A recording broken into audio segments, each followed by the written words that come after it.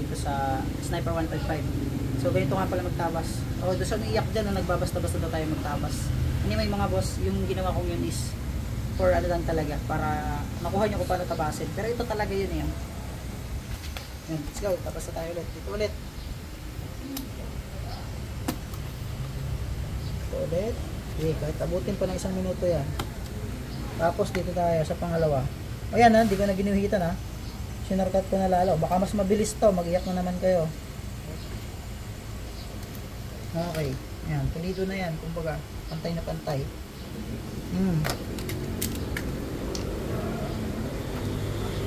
At ito talaga actually, kakabit natin.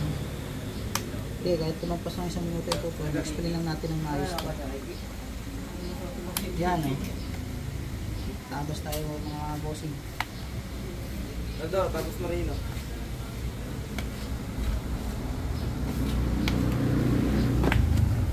So kung kayo ay magkakabit ng Ataka, SAK at iba pang radiator, medyo maiba yung tapas ng flow taper. So ito pang ano to, pang RDT, saka pang Ataka, saka yung SAK. So yung tatlong brand na yun. Ay ito pala, pang-apat palang brand yung mixing mountain. Let's go, isalpak na natin. So makita nyo kung paano nakapit. Ayan ha. Yan talaga yan mga boss. Yan.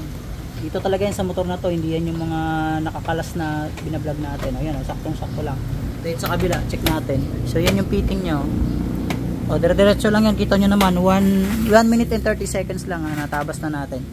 So hindi naman totally rush. O yan, sakto lang yung fitting niya mga boss. Hindi nakadikit sa radiator. So pag magkakabit kayo ng mga engine cover, tulad ng mga ganitong tinabas natin, bawal siyang dikit ano. So bakit bawal dikit? Para hindi siya magasgas. Pangalawa, pag matagal yan kumiskis sa radiator nyo, mabubutas yan. And then yun na nga, magagasgas yung radiator nyo. Tapos na siya mga boss. Ito lang yung ginamit natin, cutter plies, tapos ito mismo cutter, panghiwa. So ito lang naman yung tabas niya mga boss ngayon.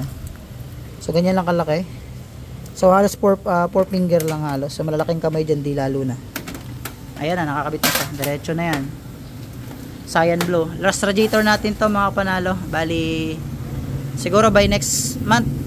Ay hindi pala, second week of the month, meron tayong darating 200 pieces yon at RDT natin. Tabas, sige tabasin mo na yan. Ayan pa, tatabas tayo Master Carlo. So ito na rin, tabas na rin tayo. Yan, diretso na yan. So ito yung cutter ko, bagong bago to. Ayan o. So iba-iba pag bago yung cutter, no? Dali lang magtabas. Okay, tapos na. Kakabit na lang din. Yan lang. Kunting-kunti lang yan, no? Yan, shoutout kay Mr. Carlo. Ayan. Half day daw yan ngayon, kaya hati lang yung bayad. Hati kami sa bayad.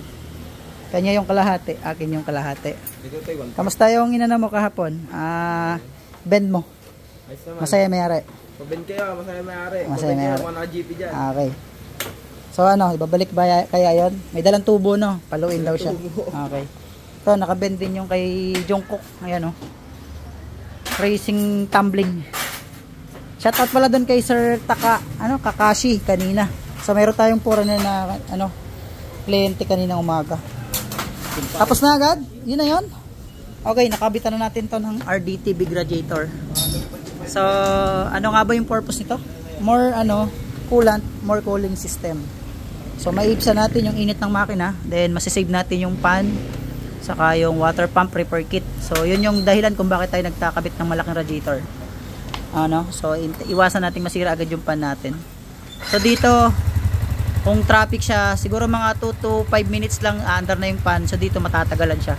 Siguro bago umandar yung pan, abutin ng mga 8 minutes, 1 to 8 minutes, 'di ba? Mga ganun. So yun nga, mas maraming coolant to. Mas maganda pag maraming coolant. Matagal ma-stress yung ating pan. Ayun na, shoutout kay La Bossing. Yan, kay La Madam. Gandang umaga sa inyo. Let's go. Thank you, thank you.